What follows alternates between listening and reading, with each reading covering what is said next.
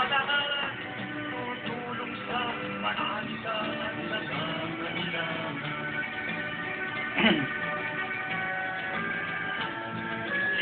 Saya nito ni Pangol Malatay nakalahat, tutulong sa panalita at nagkakailangan. Tutulong sa panalita at nagkakailangan.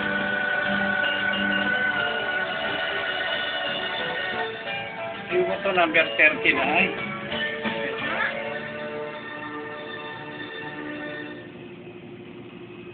Alright. Yan po mga kaibigan ng ating pagbuman na weekend. Yan po sa number 1 na programa. Radyo. Yung muna. Bilis mo. Maya-maya ng konti mga kaibigan. Alright. Doon sa mga nagtetext sa atin. Maraming sa mga texters natin. Magandang hapon po. Kayo. Tapos nga maya-maya ng konti. Sumasabit yung aking ano ba yun? Alright, siyempre sa araw nito, maghanap buhay po tayo. Importante paghanap buhay natin eh. Kung wala sila, wala rin naman si Tony Falcon dito. At muna ang PCSO. Talaga 10 piso, 20 pesos, may pag-asa kayong maging milyonaryo. Sa outlet ko. Alam ko, di lang ako nakikinabang dito. Dahil sa negosyong inaalagaan niya, libo-libo rin ang naaalagaan ng PCSO. Salamat PCSO. Ma-asenso na ako. Marami pang natutulungan ko. Post mo muna. Post mo. PCSO, pusong Pilipino, pusong panalo.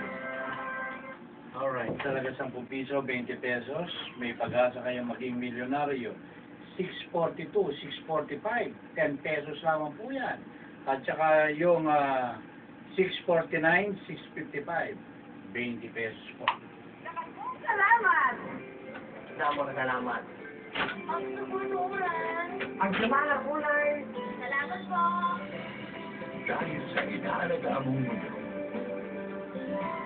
libo-libo rin ang naaalagaan ng PCSO. Kaya naman panay mo, sentiment sa iyo.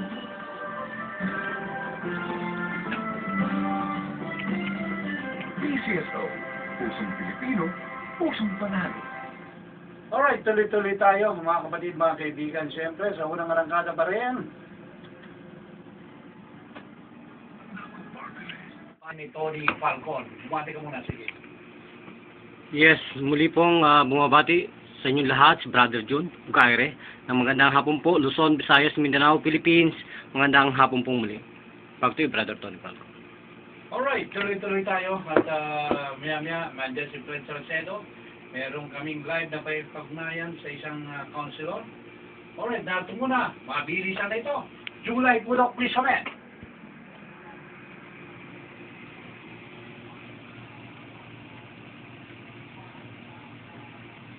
Explore. Hanapin mo si Research Chief Nurse ng Dr. James D. Wonkiling and Diabetic Food Center. Yung mga sugat na hindi gumagaling, may pag-asa na kayo.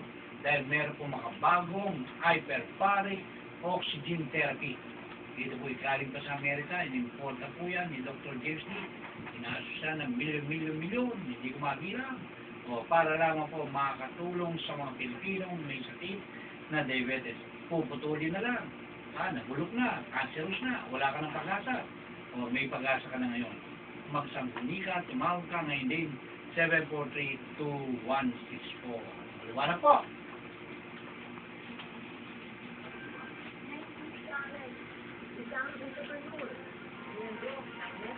Fred? Fred?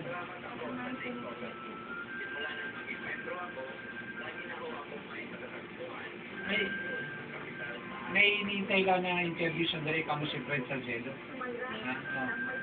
Baka matagalan ka kamo kasi may interview kasi si Fred Salcedo kamo. Mamaya na balik ka na lang.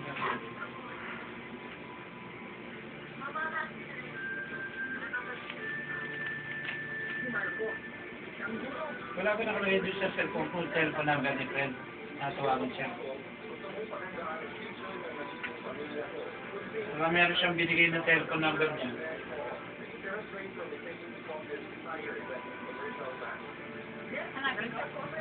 Meron? Hindi na, hindi. Doon na sa text na. O, i-text mo, tawag ka na, kamo.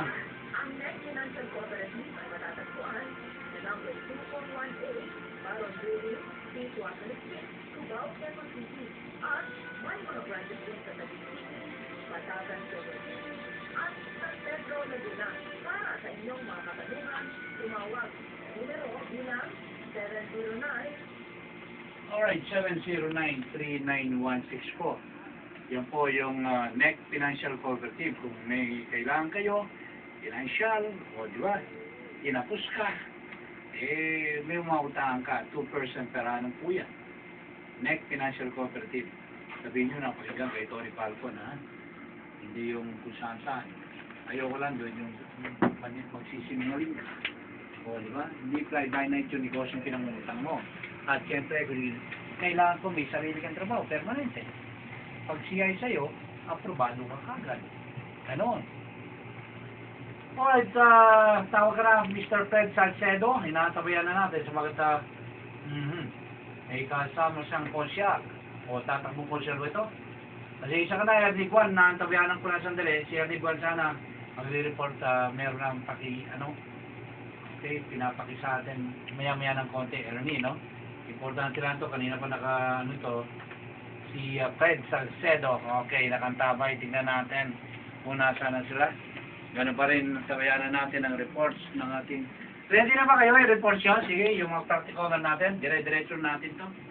Para maunahin ko na kayo, mamaya hindi na kayo makakausap ni Tony Falco. Sige, sa dami po natin mga caller. Salamat. Salamat po. Dahil sa inaalagaan mong lugar, libo-libo rin ang naaalagaan ng PCSO. Kaya naman ang panay, 20 nila sa inyo.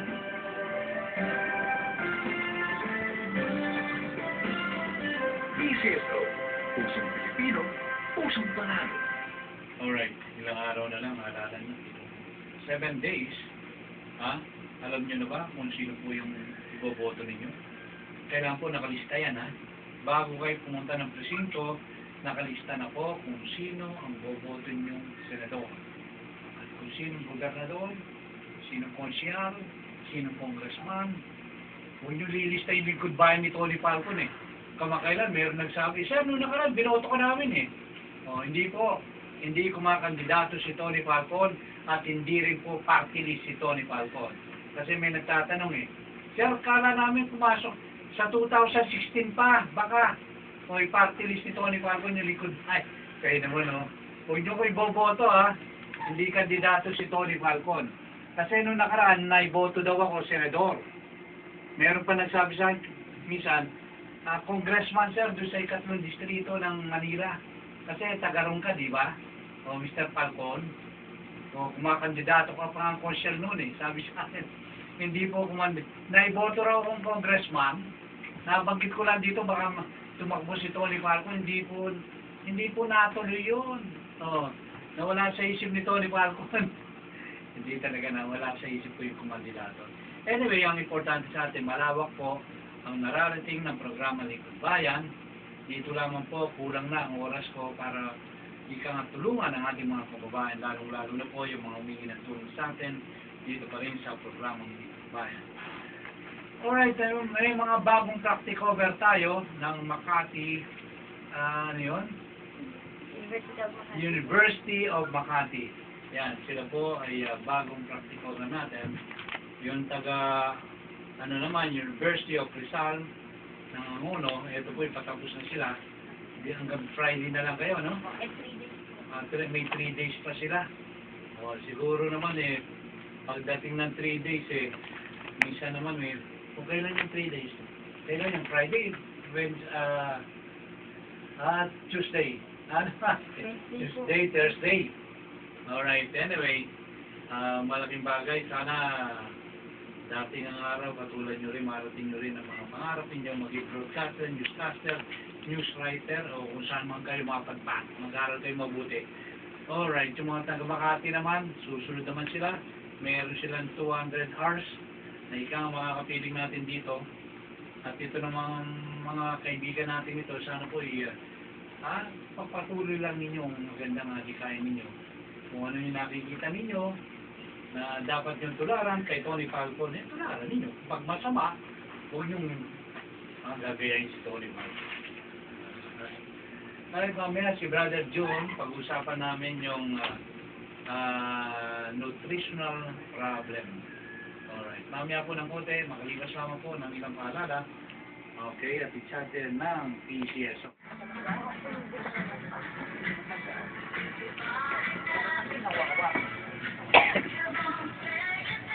Ano yan? Kumaan ka na.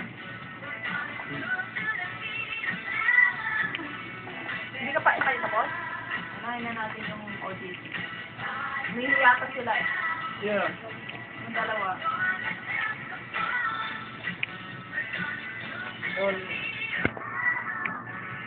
Hindi pa naumpisahan si Brother June?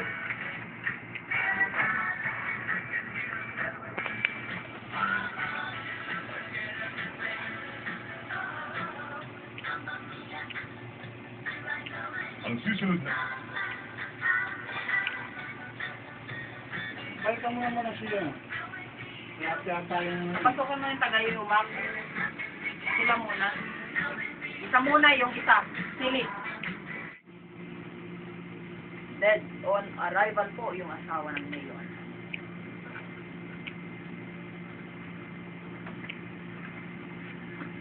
Election-related ka rin ang ating pag-uusapan kaya, ano? Ang dalang report ng ating mga on-the-job trainees from the University of Makati. Subukan natin na pakinggan, ano? Samahan ninyo ako sa pagbibigay ng maayos na pagsasanay ng mga ito. Pwede ninyo kami i-text, sabihin ninyo, uy, ayos yung kanyang boses para sa radio. Yan, sabihin nyo lang kung anong pangalan ninyo. Kasama rin po yun sa aming input para masanay mo sila. Leader ng kandidato patay sa tandem, saan ho ito, saan ito? Ibigay mo na, Mel. Isang leader ng kandidato sa pagkaalkalde ang napaslang matapos pagpudrihin ng rider in tandem habang katabi ang kanyang asawa sa isang tricycle sa bahagi ng Barangay Poblasyon, San Miguel, Bulacan kahapon. Maswerteng nakaligtas ang asawa ng kabensya ni si Marie Raura na hindi tinamaan ng bala, habang sugatan naman ang driver ng tricycle na si Emmanuel Managa. Patay naman ang chairman ng barangay na si Ronnie Raura, 40 anos. Base sa investigasyon ng pulisya, nagmula ang mag-asawa sa paglalaro ng igil sa barangay Camias ng pagbabaril nito ng tandem assassin, pagsapit sa Victor Street sa barangay Poblasyon. Napag-alamang si Chairman Laura ay masubig na supporter at sinasabing leader ng barangay chairman, Bong Alvarez, na tumatakbo bilang mayor sa nasabing barangay. Naniniwala ang mga kaanak na may bakit ng politika ang nangyaring insidente, habang patuloy namang iniimbestigahan ng mga pulisya ang nangyari. Del Zenabi para sa Lingkod Bayan, DWD. Thank you. Kaya talagang kailangan din natin ito, yung ating insurance, kailangan mo natin, bihira lamang po ito pagkaloob ng mga media entities. Tayo lang kayo dito. 5 minutos ang nalalabi. Pag-usapan namin itong nutritional problem. Brother June, ano ba ang symptoms nito? Ano ba itong nutritional problem? Sige. At paano ba natin maiiwasan? Paano ba natin magagamot ito sa pamamagitan ng inyong usual therapy? Yes, para sa sumusubaybay at nakikinig po ng programang Lingkod Bayan ni Brother Tony Falcon, ito pong pinag-usapan natin dito ay yung nutritional problem. Kumbaga, malnourished ka kung talagang nasa undernutrition ka at saka obesity, high blood pressure, at hindi lang yun na kasamang Bea. May tinatawag pa tayo dito ang high blood cholesterol na tinatawag mga babayan. Na kung saan po, dapat po natin mapag-aralan talaga yung mga nutritional value na ng mga kinakain natin sa araw-araw, hapon, maga, at saka gabi. So kung saan dapat natin ito matutunan po dito sa Lingkod Bayan sapagkat Karambe, kahit na ikaw ay nagdadalang tao, dapat malaman mo ito eh. Sapagkat para hindi ma-retarded yung ating mga inaanak para maging importante nito sa ating ekonomiya. Hindi sila maging problema ng bayan. Napunta na sa ekonomiya. Anyway, ano ba ang kailangan nating kainin, Brother June? Ano ang kailangan natin? Kasi dapat talaga ang kakainin natin karambe, yung talagang nagpo-provide ng very nutritious carbohydrates na tinatawag. At saka itong mga fats na tinatawag natin na ginagamit yung enerhiya ng ating katawan hanggang proteins hanggang sa vitamin and minerals mga kababayan. Sakit pala ito, nutritional problem. Problema lang. Yeah. Hindi siya disease, hindi rin siya sickness. Pwede pumasok sa sickness. Hindi ba kakayanin ng vitamins ito? Sa pag-aaral po kasi, sa nakikita ko, katulad nung pumunta at nagpa-rescue sa atin. So, in 13 years time na nagkakaroon siya ng tinnitus saka inner ear problem. Kaya nga sinasabi ko dito sa Lingkod Bayan, sa pamamagitan ng ating radio, worldwide, hindi po yung nagagamot niyang tinatawag natin pong definite misbalance ng function ng vagus nerves. Kahit sino pong doktor, talagang sinasabi po sa internet, walang kagamutan. Minor disease, unknown cure, pero wala pa pong half hour. Gumaling na si Mr. Elmer Kakuan, 29 years old, mga babae, nandiyan po yan sa internet at nagtataka kung bakit pinipitik lang pala dito sa ating Lingkod Bayan. May problema siya sa nutrisyon kung siya ay underweight, siya rin ay obese. Yes. Kaya ba ng Yuzhuang therapy ito na ayusin yung kanyang immune system? Opo, yan po kasi yung sa cells maging matakaw sa pagkain, umayos ang kanyang pagkain. Umayos po ang kanyang pagkain at pag-absorb po ng mga nutrition yan sa ating pong digestive function. Sapagkat kasamang beya, yung pong mga pagkain na kinakain natin, dapat po meron siya na nagtataglay yan ng numerous essential nutrition, na hindi lamang talaga sa pamamagitan ng mga ginagawa nating mga supplement, kundi sa pamamagitan po ng Yuzhuang therapy. Yung pong impulses na natutuyo, katulad ng mga diabetes, ay yung mga cells na protector po ng diabetes na yan, ay ang problema kinakain, nagiging pong nagiging po yung fibrous tissue, kumbaga patay na po yung insulin na cells natin dyan. Saka yung isa pang hormones na nagtataglay ng glucagon na tinatawag, yan po ay nagiging laman na lang. Hindi na po yan nagpapunction. At sinasabi ng mga dalubhasang doktor, yung neuron daw, kasamang beya, ay natutuyo. Paano pa kung itong mga hormones na ito kasama sa natuyo? Kaya mag-i-insulin kayo, mga babayan. Kaya dito po sa Lingkod Bayan, tumawag po kayo. Nandito po kami sa 304 Dumlao Building, Barangay Pleasant Hills, Shaw Boulevard, Mandaluyong City, na may telephone number 554-6641 saka 0916-436-8875. Back to you, Kasamang Beya. Thank you, Brother June. Kaya kung kayo po interesado sa sinasabi ni Brother June, Yuzhuang therapy naman po ito, iba naman sa Western medicine. Kaya kung kayo po ay interesado, makipag-ugnayan kayo sa mga pinanggit niyang mga telephone numbers at sa lahat po ng mga interesado sa mga isinasayang papawid po natin dito sa ating programa Lingkod Bayan. Makipag-ugnayan lamang kayo sa amin 0920-679-6974 544-6641. Ilang segundo na lamang pong nalalagay bago tayo magpaalam. Tayo ay nagpapasalamat sa pag-agapay sa atin ng ating mga OJTs from the University of Rizal System Angono and of course from the University of Makati at sa ating mga mobile patrollers sa Lingkod Bayan. Maraming salamat po sa inyo. Mag-ingat po tayo mga kababayan sa sakit na naitudulot ng panahon, masyadong mainit. Magdala po tayo ng ating mga pananggalang and of course, inumin, lalo na, di ba, Brother John?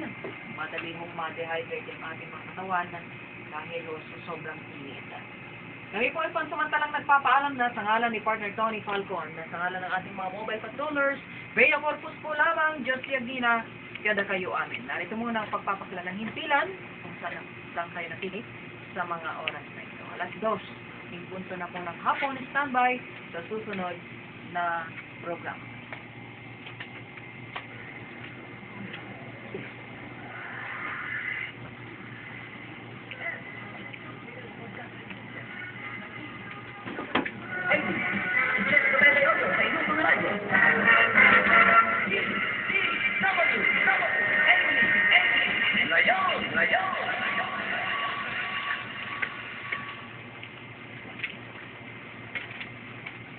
mga